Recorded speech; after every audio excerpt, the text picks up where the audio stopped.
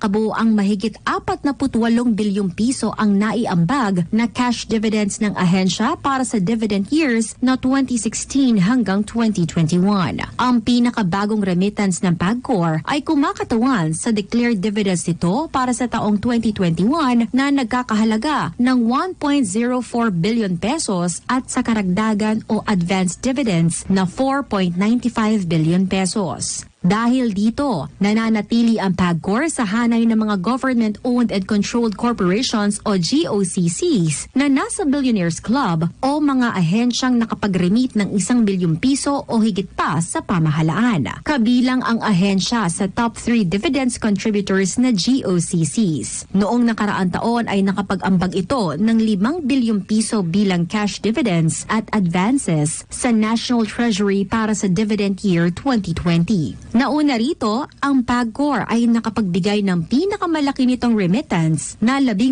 bilyong piso bilang cash dividends para sa mga taong 2019 at 2020. Ayon kay PAGCOR Chairman and CEO Andrea Domingo, sa kabila ng pandemya ay patuloy ang PAGCOR sa paghatid ng mga social responsibility programs nito at pagpondo sa mga programa laban sa COVID-19 at mga gawain para maibsan ang epekto ng nagaganap na digmaan sa pagitan ng Russia at Ukraine. Dagdag ni Domingo, nagawa ng ahensyang makapag-ambag ng malaki sa pamahalaan habang marahang bumabangon ang bansa mula sa epekto ng pandemya at pagbabalik sa normal ng gaming operations sa bansa. DWIZ! Ang programang ito ay hatid sa inyo ng PAGCOR. Biyernes na, mga kapartner sa business. Buksan ang isipan sa mga bagong kaalaman sa negosyo, ekonomiya at hanap buhay in the heart of business. At ngayon, narito na ang mga kilalang business columnists at broadcasters, Maru Pahati Sarne at Lito Gagni. Hello, magandang hapon mga kaibigan. Welcome po dito sa In the Heart of Business. Ako si Maru Pahati Sarne. And katulad ng nakaugalian natin every Friday, meron po tayong mga kinakapanayam na mga successful people in and out of the Philippines. Ngayong hapon na ito, very proud ako dito sa kaibigan natin ito. Nakasama rin natin siya ng matagal sa DWIZ. Dati po ay isa sa mga magagaling magbenta ito sa DWIZ. Isa sa magagaling nating mga sales executives. At ngayon, pinili po niyang lisanin tayo para maghanap ng kanyang kapalaran dyan po sa Amerika. And now, siya po ay CEO and owner ng isang radio station dyan po sa Las Vegas. Wala po iba kundi si JP Saison or Johan. DJ Yo! Johan Saison! Hello! Hello, Miss Maru. Sa lahat po ng tagapakinig ng Himpilang May Todong Lakas, DWIZ. Okay, tayo talagang pang DJ talaga eh. Pero si JP po nasa DWIZ. Nako, malakas kumita yan. Nagbebenta. Maraming na ibebenta dati. Anong year ka ba noon na nasa DWIZ? I was there 2000. Sa DWIZ until nung umalis tayo, nung pumunta tayo dito nung about 2006. So that was one of the best times of my broadcast career dyan sa inyo. I really enjoyed it so much nung nandyan ako sa Aleo Broadcasting. Talaga. Pero before DWIZ, you were also working with other radio stations or TV? Yeah, both TV and radio. I was with the ABS-CBN network before. I moved to also another Bicol network before that, PBN Broadcasting Network. And it's a great ride. So until now, parang na-miss ko yata kaya bumalik ako sa radio. Yeah, pero matagal din ako nag-stop sa radio. But I'm glad to be back. So nagbo-broadcast ka rin pala dati, JP? Yeah, nung medyo kabataan natin, medyo tayo, parang nag-DJ tayo noon during the time. And I was doing a lot of productions, and then I moved into managing some stations. And nung 2000 nga, nagkasama kami ni, I'm sure si Mr. Nestor Doria is still there with you guys. Yes, he is. Magkasama kayong dalawa? Oo. Yeah, magkasama kami ni Nestor sa ABS-CBN before. So, nung nasa home radio na siya, sabi niya, gawin din ulit natin yung mga ginagawa natin before. So, exciting naman. Kaya napunta po ako sa home radio ng Aleo Broadcasting Network. And like what I said, hanggang ngayon po, I'm really, tinitreasure ko talaga yung time na I spent with the DWIZ. Oo. Pero yun nga, noong 2006, lumipat ka na dyan sa Amerika. Right. Ano itong decision mong ito? Was it parang because nag-migrate ka or dahil merong trabaho na nag-iintay dyan sa'yo or gusto mo lang sanang mamasyal pero nagtuloy-tuloy ka na dyan? Nauna kasi yung wife ko, is a nurse. So nandito na siya noon. And after a while, sabi niya, medyo siguro magandang sumama na rin kayo. So tinry lang namin. And nag-work naman. So sabi namin, I think we're gonna be staying here for good. During that time, yung anak ko was about 9 years old. No? During the time when I left. Isa lang anak nyo? Oo. Isa lang po, yeah. So, ganun lang pala, no? Si Mrs. ang nauna, tapos inaya kayo. And when you went there, hindi ka ba parang nag-alala na, teka, anong gagawin ko rito? Yun talaga po ang mga kwento ng mga katulad natin na talagang, like for example, when I was there, talagang mahal na mahal ko yung ginagawa ko dyan sa DWIZ. I enjoyed my time there. Nagbabaranggayan tayo, pumupunta kami nila Jerry sa mga barangay, and like what you said, we were doing sales for the home radio network and DWIZ. Pagdating ko dito, sabi ko, ano kaya ang gagawin ko dito ngayon? Sa New York kami noon during the time.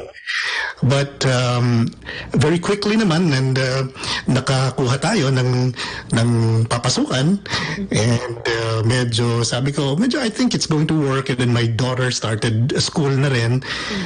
So naging busy na rin after that, pero walang makakapaghalin tulad po sa talagang kasi you know what, pag nandito na po kayo, parang mamimiss mo talaga yung nasa Philippines, yung especially yung mga samahan natin dyan doon sa IZ, talagang nakakamiss yun. So more than anything, yun talaga ang tumama sa akin, yung mamimiss mo yung mga dati mong mga kasama.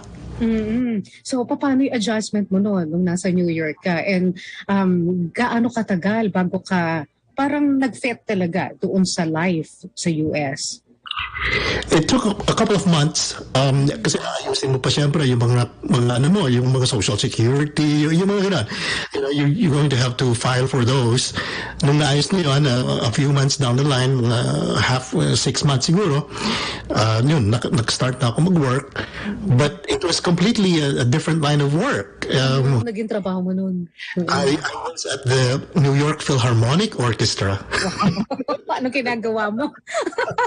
Tumugtog ka bigla? No, I was at the office work. I was doing office work. This is the Lincoln Center of Performing Arts. Kumbaga sa atin dyan sa Pilipinas, ito yung CCP ng Amerika. Diba? So, sinuwerte naman tayo, nakapasok tayo doon. So, nag-enjoy din ako doon for a while until I went to another industry, which is the healthcare industry. Tayo doon. So, nag-operate ako ng mga healthcare companies for a while until now. Pero a couple of years ago, just before the pandemic, para bang nag-ano sa akin, Maro, yung parang ang sarap mag-radyo ulit, ng media, project.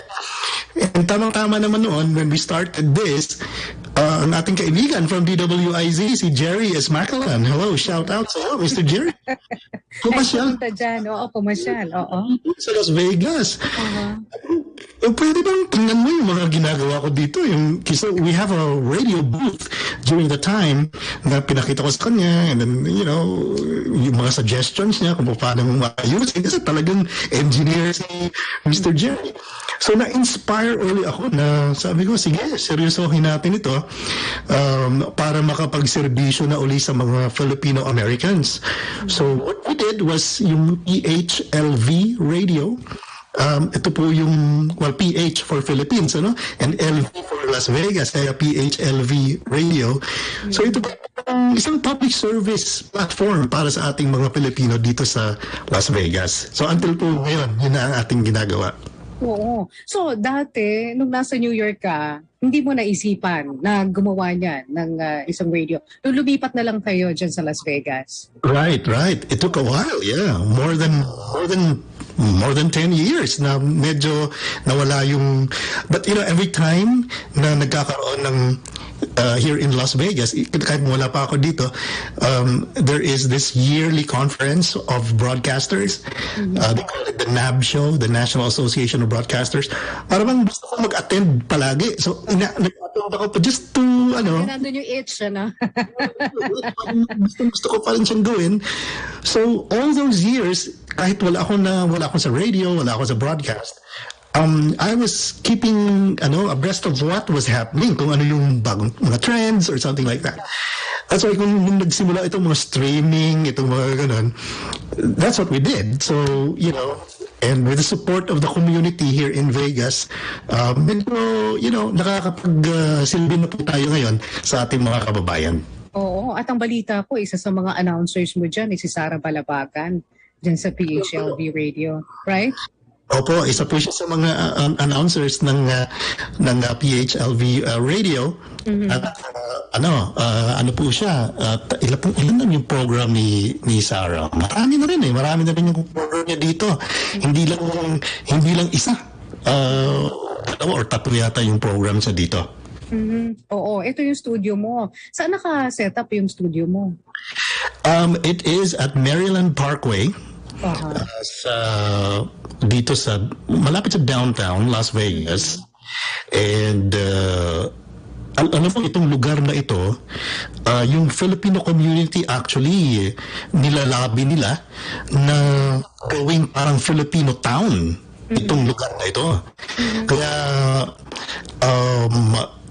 dito sa building where we are sa PHLV radio, we're just across Jollibee and Red Ribbon, meron ding Chowking.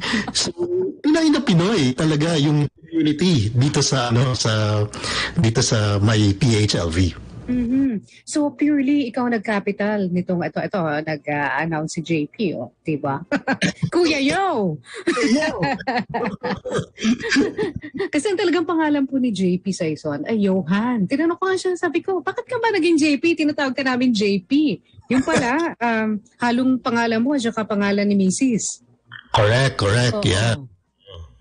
Ano ba pangalan ni Mrs.? Talagang magkukwento. Well, kaya naging JP yan is because my wife's first name, ang kanyang nickname ay Paulette. No? Let ang start niya. So kaya yung Johan ko or Johan, tsaka yung sa kanya, kaya naging J and P, kaya naging JP. And I used that as a radio name before. Alam mo naman pag mga DJ, di ba? Gagawa ka ng pangalan mo. Yeah. So yun ang ginamit kong radio name before, and hanggang sa labas sa radio, yun na rin ang tawag sa akin ng mga tao, kaya naging JP. Nakalimutan, pero ngayon dito sa PHLV ang tawag sa iyo Kuya Yo. Yes, kasi nung ako dito, syempre people call me by my real name, which is Johan. So yung Johan, kaya Yo. Sige, kung Yo ka na. That's what happened. Oo. So, anong ilang oras nag-e-ere itong PHLV?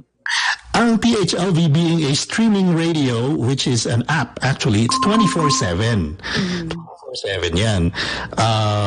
And meron mga talk shows, like yung nakikita nyo sa screen niyo, like for example, yan, Let's Talk Business, yung Family in Focus, yung programs ng Philippine Nurses Association of Nevada. Pag may mga talk shows, papatungan niya yung music, di ba? Kasi parang FM station siya eh. Tapos at certain times of the day, merong special programs. Meron akong program na Monday morning, Magandang Morning America.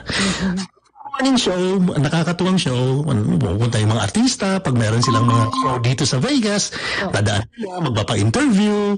So, yes. Parang I'm really inspired by what we did there sa home radio, tsaka sa DWIZ. So, parang, kasi once a radio person, always a radio person. Siguro ganun ulit ang binalikan ko ngayon. Although I'm still doing other stuff, pero mukhang ito na nandito yung puso ko kasi talaga eh. Oo, balita ko nasa home care ka pa rin, o healthcare business. Yes. Oo. Yeah. Oo. Pero ito ang parang pinaka-baby mo, ang PHLV radio. Oo, syempre, ito pinaka-baby natin. And kasi itong PHLV is part of a company that I created. It's called Parkway Media Partners. Itong Parkway Media Partners, it's a producer of mga programs, no? Hindi lang para sa PHLV. So, producing other programs that are being sent to other platforms or other stations. So, kaya lang, syempre malapit tayo sa mga Pinoy, kaya mas nagko-concentrate tayo sa mga programs para sa mga Pinoy. Nakita mo, ini-scroll mo yung mga post. Isa sa mga host namin din dito is yung mother ng yung famous Filipino-American comedian, si Jo Koy. Oh, yeah. Isa sa mga host nyo? Si Tita Josie. Oh, yeah. Yan. Nadaanan mo kanina sa yung... Taga Las Vegas din pala sila? Correct, taga Las Vegas siya. Oo. So, meron naman siya, ang title naman ng show niya ay Oras ng Ligaya. Naman siya 6 p.m. So, marami. And then, mga other organizations like yung Alumni Association ng University of the Philippines. They have a show with us. And then, yung Philippine Nurses Association nga, meron silang so in other words, it's really a platform for conversations para sa Filipino-Americans dito sa Las Vegas. And nag-expand na kasi kahit yung ayan si Joko, yung mom ni Joko, yan yung nasa... Wow. Josie yan. So anyway, so we now have correspondents in other shows that are being produced on other states, no?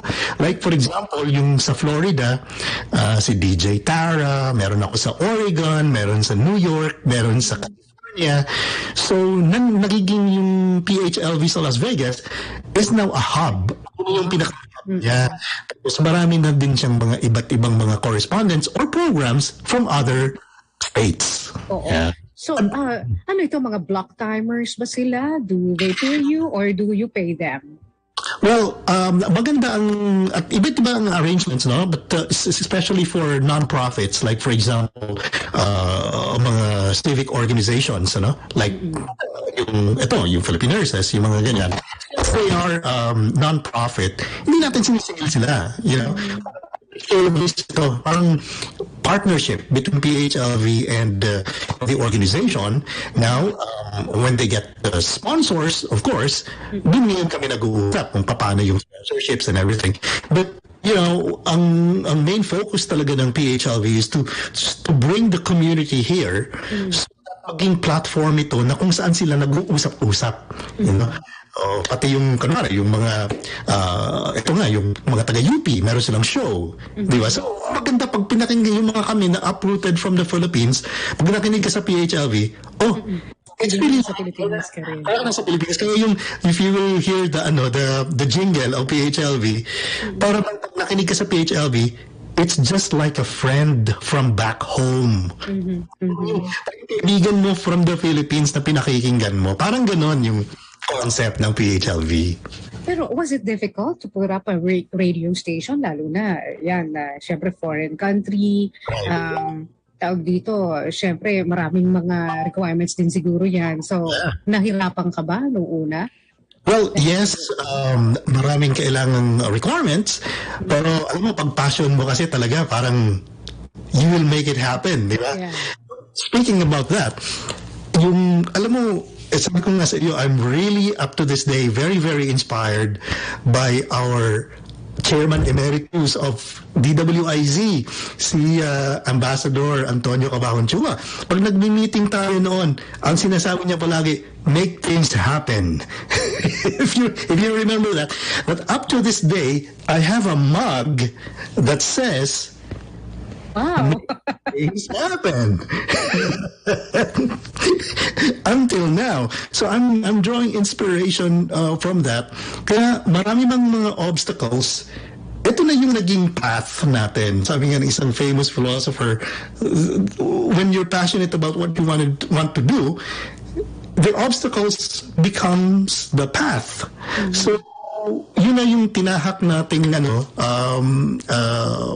a path to be able to create PHLV, and ang key dito is the community support. Meron dito mga organizations, for example, ng Cavite Association of Nevada, kamukha ng ganung marami. We have about 40 plus organizations ng mga Filipinos dito sa Las Vegas. One of the most active one is the Cavite Association of Nevada. Right from the start, right from the get-go of PHLV at the end of 2018, they were supporting talaga. Sabi nila, susuportahan ka namin, we'll help you promote it, and then yung mga kakailangan mo ng mga guest, mga ganyan, tulungan nila ako. So, naging inspirasyon ko yun. Sabi ko, okay, mahirap man, pero sige, ituloy natin ito because hindi biro din yung you will be meron tayong actual studio, meron tayong actual physical studio. Although during the pandemic, of course, lahat tayo nag-Zoom, di ba, sa mga bahay tayo. But there is a physical studio. Of course, syempre, binabayaran yun, yung gastos noon and everything, no?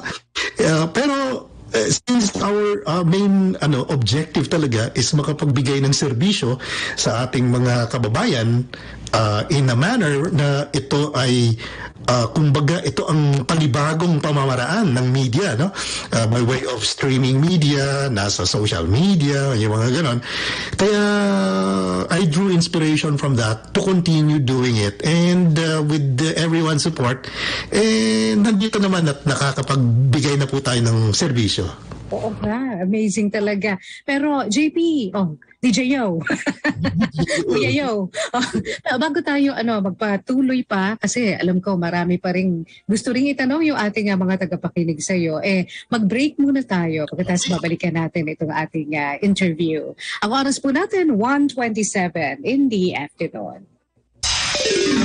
In the heart of business. Gusto mo bang maging isang reporter? O di kaya isang newscaster? Marunong ka bang magsulat ng balita? Handa ka na bang makita sa social media? Kung nasa iyo ang mga katangiang ito, baka ikaw na ang hinahanap namin. Submit your resume and voice demo to dwiz.management@gmail.com. Kita-kits sa himpilang may todong lakas. DWIZ 882. Sara Zimmerman Duterte Carpio, ika-15 pangalawang Pangulo ng Bansa. Ang kanyang inaugurasyon, Vice President-elect Sara Duterte Carpio. Ang mga kaganapan mismo sa Hunyo 19, araw ng Linggo, ang inaugurasyon ni Vice President-elect Sara Duterte Carpio. Abangan dito lamang sa himpilang may todong lakas. DWIZ 882. Patuloy na naglilingkod sa bayan. Mas todong pagbabalita. Mas todong pagseserbisyo publiko. Ito ang DWIZ 882. Mas todong lakas, mas pinakihinggan ng buong bansa. DWIZ 882. Sa komentaryo, numero 1, Karambola. Sa pool, si Jarius Bondo. Teka, alas 4:30 na. At laban para sa karapatan.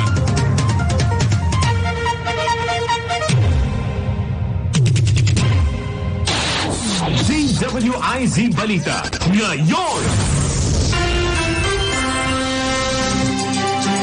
Nasa 70 kaso ng dengue fever ang naitala sa Subic, Zambales.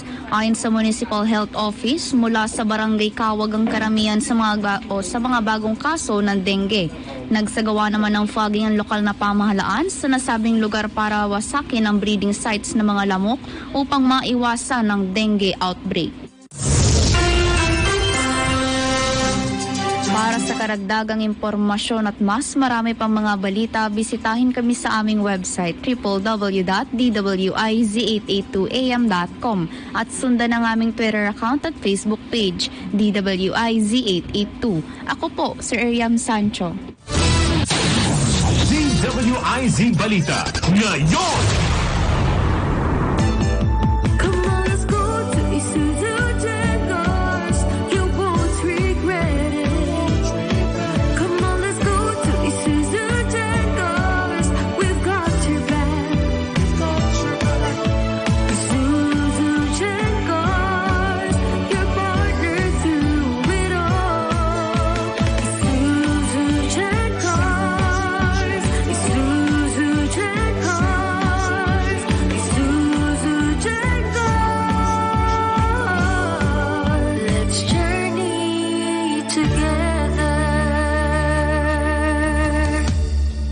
Visit Isuzu Gencars Makati, Isuzu Santa Rosa, Isuzu Batangas Santo Tomas, Isuzu Batangas City, Isuzu San Pablo, Isuzu Legazpi, and Naga. DWIZ, mapapakinggan sa makabagong radyo sa inyong telepono. Log on to www.DWIZ882.com. Please like and share. Sara Zimmerman Duterte Carpio, ika-15 pangalawang Pangulo ng Bansa, ang kanyang inaugurasyon. Vice President-elect Sara Duterte Carpio. Ang mga kaganapan mismo sa Hunyo 19, araw ng Linggo, ang inaugurasyon ni Vice President-elect Sara Duterte Carpio. Abangan dito lamang sa impilang may todong lakas, DWIZ 882. Panatilihing masaya ang paglilibang. Ang paglalaro sa kasino ay para sa may edad 21 pataas lamang. Magtakda ng oras at limitahan ang gasto sa paglalaro. Huwag magsugal kung nalulungkot. Huwag hayaang makasira ng buhay at pamilya. Para sa impormasyon ukol sa responsible gaming, tumawag lamang sa hotline numbers 623-1869 or 0917-592-6618 o bisitahin ang www.casinofilipino.ph. Isang mensahe mula sa PAGCOR. Keep it fun. Game responsibly. Nag-remit ang Philippine Amusement and Gaming Corporation o PAGCOR ng 6 na bilyong pisong cash dividend sa National Treasury kamakailan. Bunsod nito, umabot na sa kabuuang mahigit 48 bilyong piso ang naiambag na cash dividends ng ahensya para sa dividend years na 2016 hanggang 2021. Ang pinakabagong remittance ng PAGCOR ay kumakatawan sa declared dividends nito para sa taong 2021 na nagkakahalaga ng 1.04 billion pesos at sa karagdagan o advanced dividends na 4.95 billion pesos. Dahil dito, nananatili ang PAGCOR sa hanay ng mga government-owned and controlled corporations o GOCCs na nasa Billionaires Club o mga ahensyang nakapag-remit ng 1 bilyong piso o higit pa sa pamahalaan. Kabilang ang ahensya sa top 3 dividends contributors na GOCCs. Noong nakaraang taon ay nakapag-ambag ito ng 5 bilyong piso bilang cash dividends at advances sa National Treasury para sa dividend year 2020. Nauna rito, ang PAGCOR ay nakapagbigay ng pinakamalaki nitong remittance na 18 bilyong piso bilang cash dividends para sa mga taong 2019 at 2020. Ayon kay PAGCOR Chairman and CEO Andrea Domingo, sa kabila ng pandemya ay patuloy ang PAGCOR sa paghatid ng mga social responsibility programs nito at pagpondo sa mga programa laban sa COVID-19 at mga gawain para maibsan ang epekto ng nagaganap na digmaan sa pagitan ng Russia at Ukraine. Dagdag ni Domingo, nagawa ng ahensyang makapag-ambag ng malaki sa pamahalaan habang marahang bumabangon ng bansa mula sa epekto ng pandemya at pagbabalik sa normal ng gaming operations sa bansa. In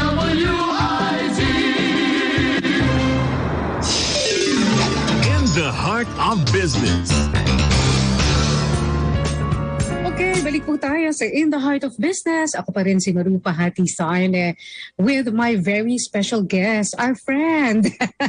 Na na-miss din natin ng matagal, nakakatuwa. Ito pag kasama namin sa IZ, nako, tawa lang kami ng tawa. Si DJ Yo or si JP Saison. Johan, hello! Hello. Maraming salamat ulit for inviting me and it's such a pleasure. Nako, kami ang nagpapasalamat at marami na i-inspire sa iyong istorya dyan sa Las Vegas. Katulad nito, may mga nagtatanong sandali. Si Priscilla Guela Sica, tinatanong niya, kailan po kayo magiging available sa Radio Garden app? Nako, malapit na. Natin yan. In the meantime, you can listen to us sa phlvradio.com or website. And then yung app natin, nandyan din yung pang iPhone na app and then yung pang Android na app. And then nandun din tayo sa mga iba pang mga streaming platforms like Streama, yung mga ganyan. Okay. So paano hanapin? Basta PHLV. Hanapin nila. Oo. Correct. PHLV Radio, yan. At pero bumabati sa'yo na may miss ka na rin niya. Si Orlando Quiapon. Ano to? Reunion. Tapos si June Carlos, sabi niya, good afternoon po. Watching ako sa maganda mong programa na kapupulutan ng maraming kaalaman sa iba't ibang larangan. Pag nasa bahay din lang, kabawasan ng kaalaman kung di ka makakapakinig sa inyong magandang programa. Salamat, June Carlos. Alam mo, si June kasama rin natin yan sa DWIZ.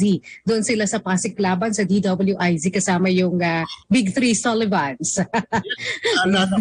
Maru, in fact, one of my most memorable moments dyan, yung Pasiklaban sa DWIZ. Remember, we bring sila Tito Mar, no? And we bring sa mga barangay before, remember?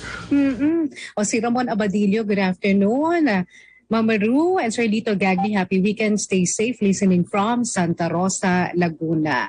Okay, may nagtatanong din kung saan ka raw ba mapapakinggan kapag nandiyan sila sa Las Vegas at kapag nandito sa Pilipinas, pwede rin daw ba sila makinig? Correct, yes.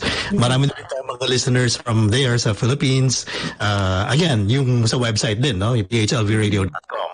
And then yung ating dalawang app, yung Android app and then yung iOS app. Yeah. Oo. Hindi ko makita yung iba mga comments pero mukhang nag-comment din si Angelo Redaha at si RG Chell na nasa China.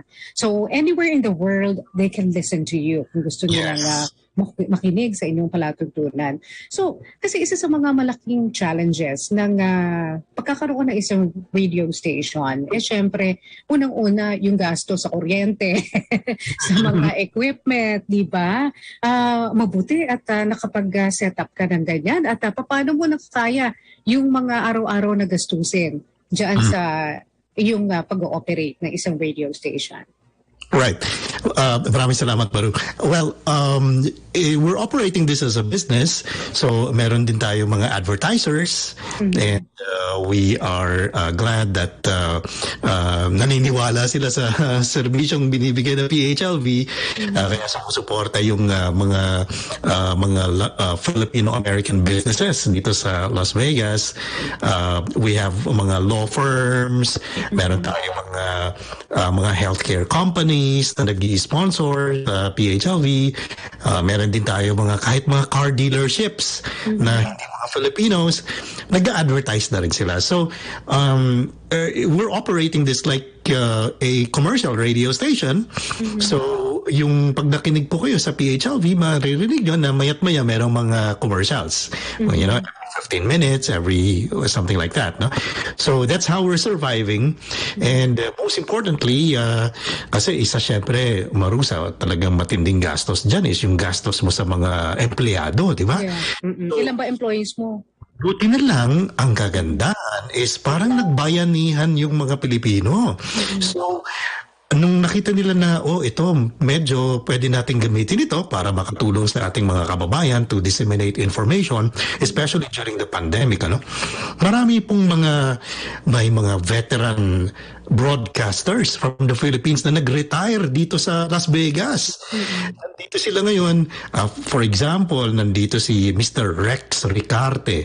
Isa yan, kasamahan nila kasamahan nila paring Ray before sa ibang station. And then nandito din si Mr. Bing Formento, nandito sa Las Vegas.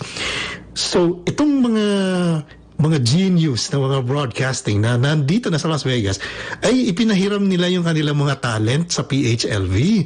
So ngayon nagbo-broadcast sila ngayon doon na ay ang usapan is, oh well, let's just give public service to our kababayan. So ngayon, Tsaka siguro, dahil may itch din to go on air again, di ba? So, kaya alam mo naman ng broadcaster, kahit walang bayad yan, magbo-broadcast yan, makapag-broadcast lang. Ngayon, ang kagandahan nito, dahil nakikita naman ng komunidad na merong value yung kanilang mga ginagawang, kunwari, yung munting newscast, or kunwari, coverage ng mga Filipino events. Kamukha ning this past weekend, we had our Philippine Independence Day celebration. So we had our may motorcade tayo, merong program na dumating si Imelda Papin. Tuwa yung mga Pilipino, and then kino-cover natin yon. So dahil nakikita naman siguro nila na this is a valuable thing to the community, sinusuportahan din nila yung mga broadcasters na yon by way of sponsorships. So kamukha nang nabanggit nyo po kanina si Miss Tara Balabagan. So meron siyang foundation. Because of her foundation, napapatakbo niya yung kanyang program. So yun yung sa kanyang program. So those are the challenges na natural talagang mahihirapan yung radio station to, kasi bago ito. And then of course, this is not our talaga, yung pinakang natin, main focus before, no? So, ngayon, ang kagandahan is tulong-tulong lahat, nandun yung spirit of bayanihan, whether yung mga veteranong broadcaster or yung mga personalities, Ma'am ni Jokoy, and then others who would like to do programs, pinapahiram nila yung kanyang talent sa PHLV. Oo. So nung nag-umpisa ka dyan sa PHLV, ilan kayo na mga talents dyan? Ilan kayo nagpo-programa? When we started, we were just about 2 or 3. So ikaw lagari ka buong araw. And I was doing all the coverages, yung mga events. Tatakbo ko sa isang event, may daladalang camera, tapos i-interview. Kaya naging news reporter. Kunwari, interviewin natin yung, ikaw, presidente ka ng Ilocano Association. Ayan, interview natin. And the biggest one that we did nung bagong-bago yung PHLV, in fact, one of the reasons why itinuloy namin yung PHLV was merong about 100 Filipino teachers na dumating dito sa Clark County, dito sa Las Vegas. So bagong-bago silang kadadating lang nila dito. So yung lahat ng mga Filipino organizations nagtulong-tulong para mabigyan sila ng parang magandang welcome ba? Yung mga kababayan natin nag-donate ng kung ano-ano, may rice cooker dito, coffee maker dyan, pati mga toyo, suka, yan, ang daming donate sa mga bagong dating na teachers, no? So bagong-bago yung PHLV noon, in fact, tinatayo pa lang natin noon, in-interview natin sila. So yun yung mga istorya nila, paano sila, yung takot sila kasi bago sila dito. In-interview din natin yung mga tumutulong na mga tito na nandito na sa Las Vegas, no? So because of that story, nakita namin na kailangan pala talaga ito ng ating community na merong ganito, na merong isang tumatakbo na nagre-report, nag-ano ng microphone sa mga yan, no? Siyempre, current events pa rin pinaka-importante yan, oo. At saka interview with the interesting people, yeah. Correct. Kaya itinuloy natin yon. Ikot lagari tayo noon. So kung ano yung mga natutunan mo sa DWIZ tsaka home radio, na i-apply mo bigla dito sa sa iyong sariling radio station. Definitely. Talagang kahit yung nung nandito nga si Mr. Jerry, sabi ko sa kanya, alam mo, yung mga microphone na yan, yung mga kable na yan, pinag-aralan naming ayusin yung mga yan. Kasi, back there, kompleto tayo sa DWIZ. we have an engineering department. Di ba? Meron tayong sales department. Meron tayong pool of reporters. May newsroom tayo. May ganyan, di ba? Siyempre, nung nagsisimula tayo dito, talagang gawa mo lahat, di ba? So, DIY. so, yung mga challenges na because of passion, no, na-overcome natin. And I hope, during the time na na-overcome na natin, eto na si COVID. So, biglang... Another challenge. That was March 17 of 2020, the governor of Nevada issued that order na, uwi kayo. Walang lalabas. Walang lalabas. During that time, we were not using Zoom. Lahat talaga sa studio. So, challenge na naman yun. Pinaghahatid namin yung mga computer na ganito, yung microphone na ganito, dinala na namin sa bahay, yung mga ganun. But then, it was also some sort of a blessing dahil because of that, na nasa bahay kami, mga Zoom, nagdagdag yung mga programs ng PHLV kasi mas convenient na for everybody to just turn in their work through Zoom. Yeah. Right. So those are the challenges na na-overcome natin, and I think as long as we stay focused on the purpose, yun naman ang nire-remind ko sa sarili ko always is that yung purpose ba, why we put this in the first place, which is for public service. No matter what the obstacles, I think kaya nating ma-overcome yun because nandun yung need ng community. So we're actually continuing to try to improve para mas naman makapagbigay pa ng serbisyo. Oo. So ngayon, ilan na mga tauhan mo dyan sa PHLV Radio? Right now, we have close to 40 shows right now. Oh, you have 40 shows? Wow. Yep. Close to 40 shows. That's a combination of talk shows and music shows, no? But the talk shows, siguro mga 31 right now. And each of those kamukha ng sa DWIZ, syempre, kada isang show, isa o dalawang host yun, di ba? Yeah.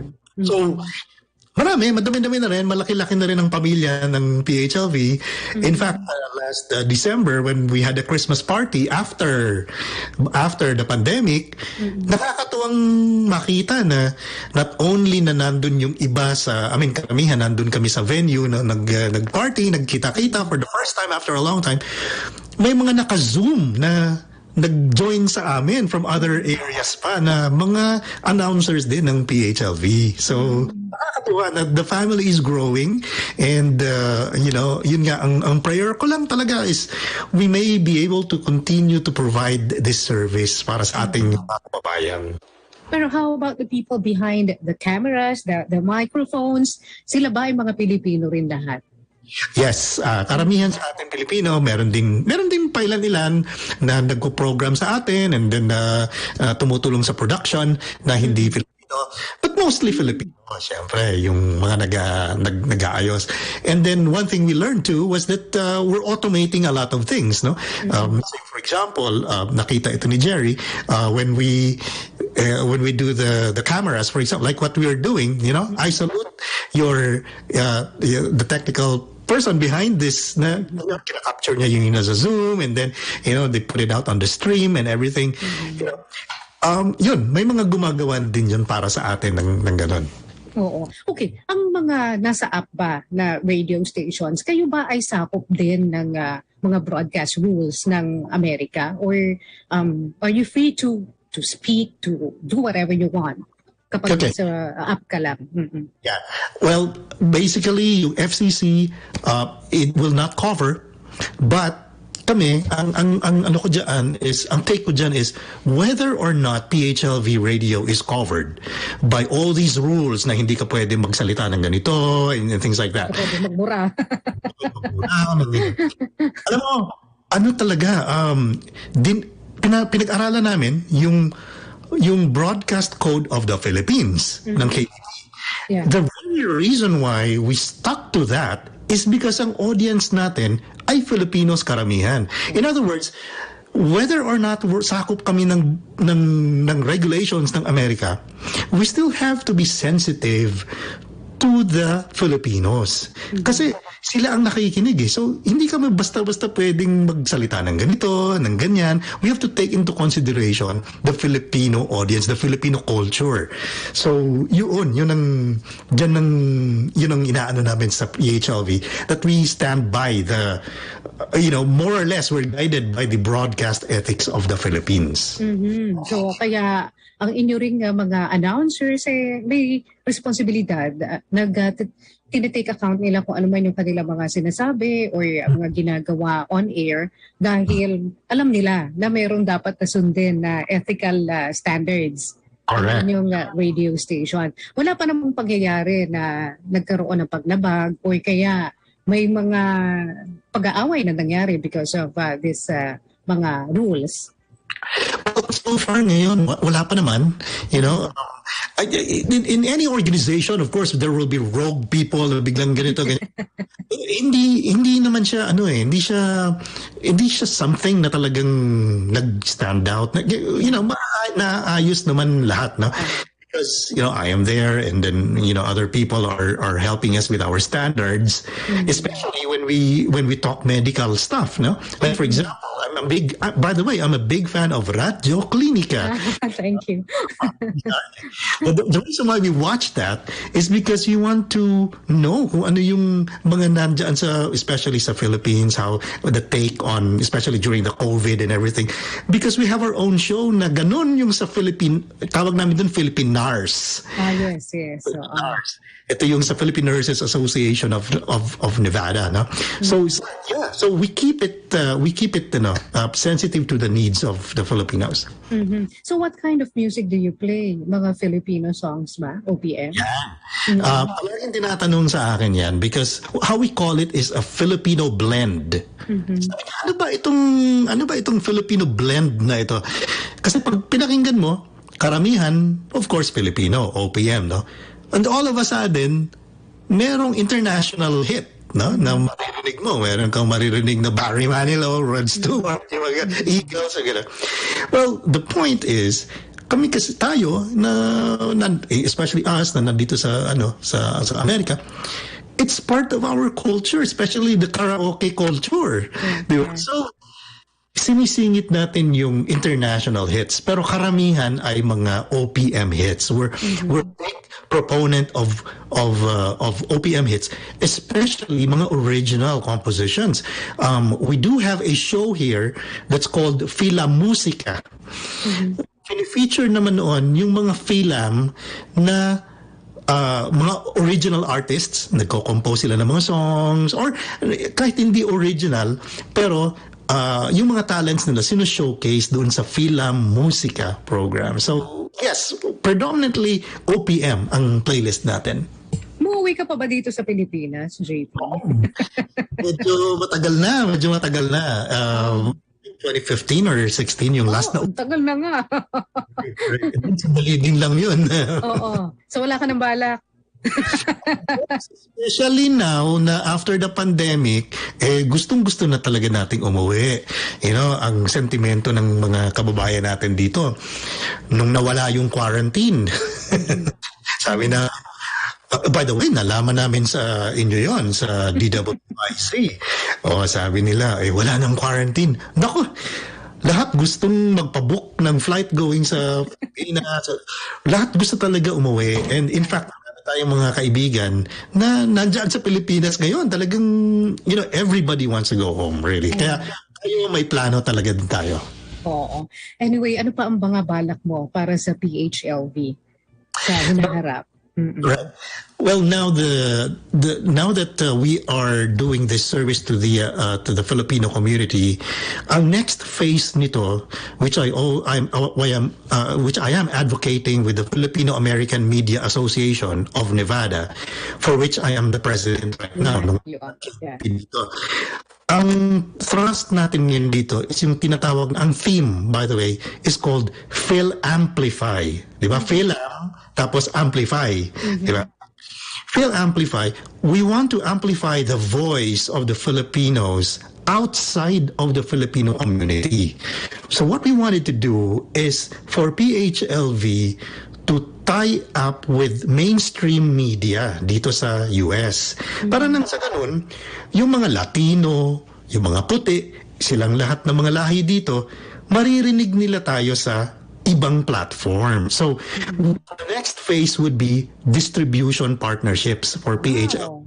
Yun ang gusto nating mangyari, na yung boses ng Pilipino ay marinig sa mainstream media dito sa Las Vegas. So that's the next phase for people, para mas lalo tayo makapagbigay ng serbisyo. Wow, talaga naman. Amazing ka talaga, JP.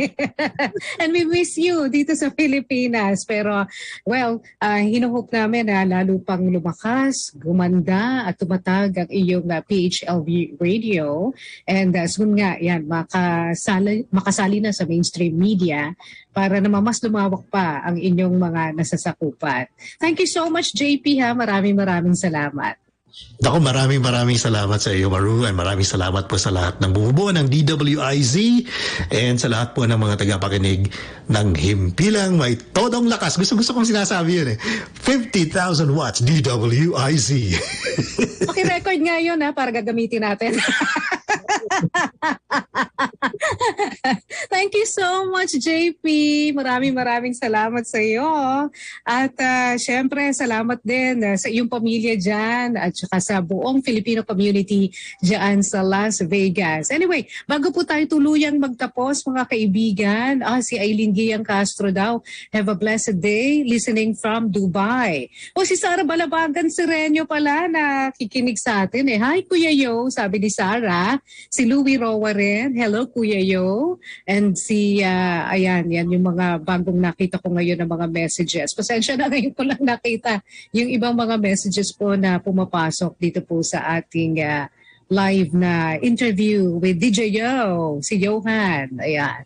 And, teka. Okay, bago po tayo tuluyang magtapos, ang piso po sa dolyar ngayon ay nasa 53 pesos and 37 centavos. Kahapon nag-53.40 pa nga 53.37 na po ang piso sa dolyar. Tapos ang Philippine Stock Exchange naman po natin ay baksak po ngayon ng 85.03 points. Nag-close po sa 6,307.98 points kaninang tanghali. Ang mga most active issues po, ang SM bumagsak na naman, 790, 1950 po ibinaksak niya. Converge 2015, 85 centavos naman ang ibinaksak niya. Ang Wilcon po 2340, 110 ang ibinaksak. Ang Ayala Land po 2810, baksak din po ng 30 centimos. Ang Jollibee po ngayon 195.20, siya po ay baksak ng 5 piso. So medyo hindi maganda yata ang ating stock market ngayong pagtatapos po ng week na ito. Pero ang sabi po ng PhilStocks, mag-accumulate to kayo on dips. Kung ano yung bumabaksak, yun ang bilhin nyo, lalo na itong GT Capital Holdings, nakikita po nila natataas pa ito sa 638 pesos in the future. Magbenta na rin kayo ng ilang mga shares po ninyo since the Federal Reserve raises interest rates by 75 basis points as anticipated by the investors. The market had some relief. However, it still fails to return above the 6,400 old support level. So we expect a bearish momentum to remain. Moreover, if it continues to trade below 6,400 and selling pressure po ay anticipated as traders may book some gains, especially on the last trading day of the week. And baka po next week magtataas na naman ang magpapalabas po ng key interest rates po ang Bangko Sentral ng Pilipinas. So abangan nyo po by June 23 perhaps po sila mag-announce. Okay? So paalam na po tayo. Maraming salamat sa inyong panonood at pakikinig po dito po sa ating palatuntunan in the heart of business. Salamat muli. DJ Yo! Salamat, Kuya Yo, at sa lahat po ng ating mga tagapakinig po ngayon. Siyempre, sa ating mga kasamaan po sa DWIZ, ang mga nandyan ay, teka. Kasama po natin ngayon sina June, si Rashid at Ariam, si Jam at Jai, sa ating social media, ating CA naman po si Joan and Micah. Susunod na po si Miss Loli Acosta sa kanyang palatuntunan, Sulong na Bayan. And mamaya po, Radyo Klinika, huwag niyo kalimutan, alas 7 hanggang alas 8 po ng gabi. Ako po si Maru Pahati.